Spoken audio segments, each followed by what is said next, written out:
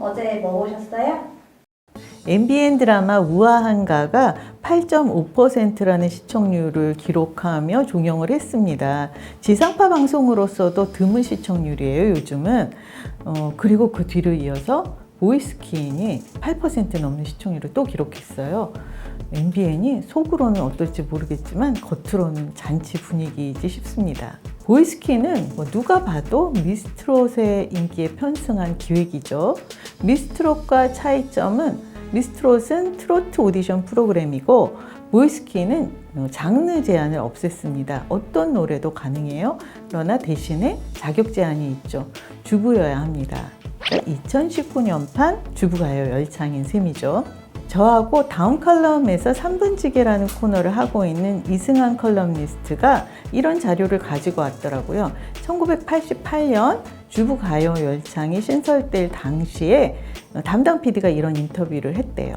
주부들이 TV에 출연할 때 반드시 남편과 아이들을 참가하도록 하는데 이는 이 프로그램이 일부 주부들의 허영심을 충족시키는 것이 아니라 건전한 가족 프로로 만들기 위한 것이다. 그러니까 꿈을 펼치지 못했던 주부들을 위해서 무대를 마련해 주기는 하지만 온전히 가족의 울타리 안에서만 놀아라, 이런 얘기인 거죠.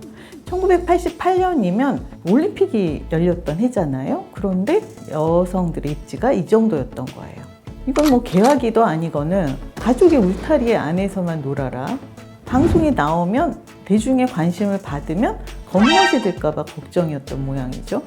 첫 회에 간대요 글쎄를 불러서 모든 심사위원으로부터 크라운을 받은 올 크라운의 주인공 58세의 박연희 님은 29살 나이에 예전에 주부가요 열창에 참여해서 대상을 받았다고 합니다.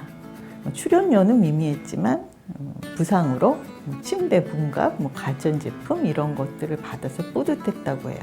그리고 30년이 지나서 보이스킨에 다시 나오신 거예요.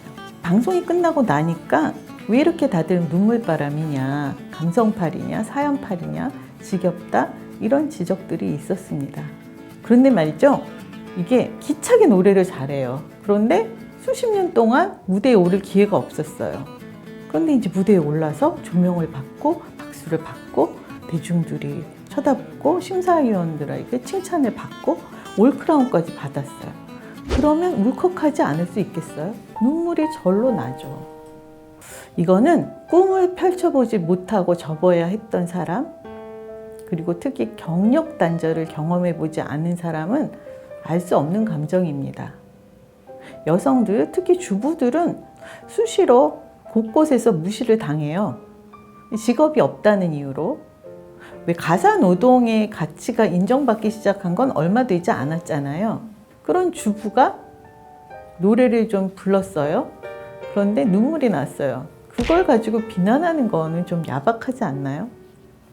보이스퀸에 정말 여러 가지 사연이 나왔습니다. 가족을 위해 희생한 분들, 또 동생들을 위해 꿈을 접고 학업도 포기한 분들, 환자분들도 많았고 남편이 환자, 자식이 이런 분들도 많았어요. 근데 진짜 누구나 아픔을 많이 겪잖아요. 사연 없는 사람이 어디 있겠어요. 조금 보기 불편하시더라도 보듬어 안는 느낌으로 봐주시면 좋겠어요. 매회 그분이 통곡을 한다면 그거는 좀 거슬리겠지만 지금은 초기니까 처음에 무대에 올라서 그 회한과 서름 그런 거를 녹여내는 거에 대해서 불편하시더라도 조금 참아주시면 어떨까 합니다. 이상민 씨가 유난히 크라운을 주는데 인색한 심사위원이에요. 그런데 저는 각자의 기준이 있는 거니까 이분이 이랬다 저랬다 하면 모르겠지만 자기가 일관된 기준을 가지고 심사하면 문제가 있을 리 없다고 생각합니다. 이상민 씨가 크라운을 줄까 안 줄까 가늠해 보는 것도 이제 재미의 하나예요. 이상민 씨는 한때 잘 나가는 제작자였죠. 그래서 제작자로서 이분이 성공을 할지 아닐지 그것도 보는 것 같아요. 단순히 그냥 잘하는 노래인지만 보는 것 같지는 않거든요. 그래서 이상민 씨의 크라운 움직임 그것도 눈여겨보시면 재미있을 것 같습니다. 편집이 연출이 나는 가수다식이에요. 보니까 노래를 쭉 부르는데 중간에 자꾸만 관중석 또 뭐 심사위원 또 대기실에 리액션을 자꾸 끊어서 담는 거죠. 그것도 나는 가수다 때 지적을 많이 받았거든요. 몰입을 방해하잖아요. 노래는 완곡을 들어야 되는데 그러면서 밑에 이제 음원 사이트에서 들을 수 있다라고 해주는데 그래도 화면에서 완곡을 듣고 싶죠. 물론 동영상 사이트에서도 스트리밍이 되고는 있겠죠. 하지만 이렇게 편집을 지나치게 산만하게 하는 것이 지적을 받고 있습니다. 좀 그 부분은 개선이 됐으면 해요. 부족한 부분이 많이 눈에 띄고는 있지만 저는 높이 사고 싶은 부분은 63세의 출연자들이 있어요. 락 발라드 나를 슬프게 하는 사람들을 불러서 김경호 씨까지 눈물 짓게 했던 63세의 안소정님, 그리고 아이가츄를 소울 넘치게 소화해서 역시 올크라운을 받은 분이 계세요. 63세의 전영부님. 이런 분들의 노래를 듣고 있으면 참 존경심이 우러납니다. 저는 본래 노래를 잘하는 사람은 아니지만 이게 20대, 30대 다르고 40대, 50대 또 다르고 60대에는 정말 달라요. 호흡도 딸리고 음정이 불안해져서 저는 요즘 어디서 노래를 부르면 음치가 된 것 같거든요. 제가 젊었을 땐 그렇게 노래를 못하는 사람이 아니었는데 그런데 60세 넘은 나이에 그 정도 실력을 발휘할 수 있다는 거는 정말 대단한 거예요. 젊은 사람은 상상할 수 없는 일이에요. 진짜 어려운 일이거든요.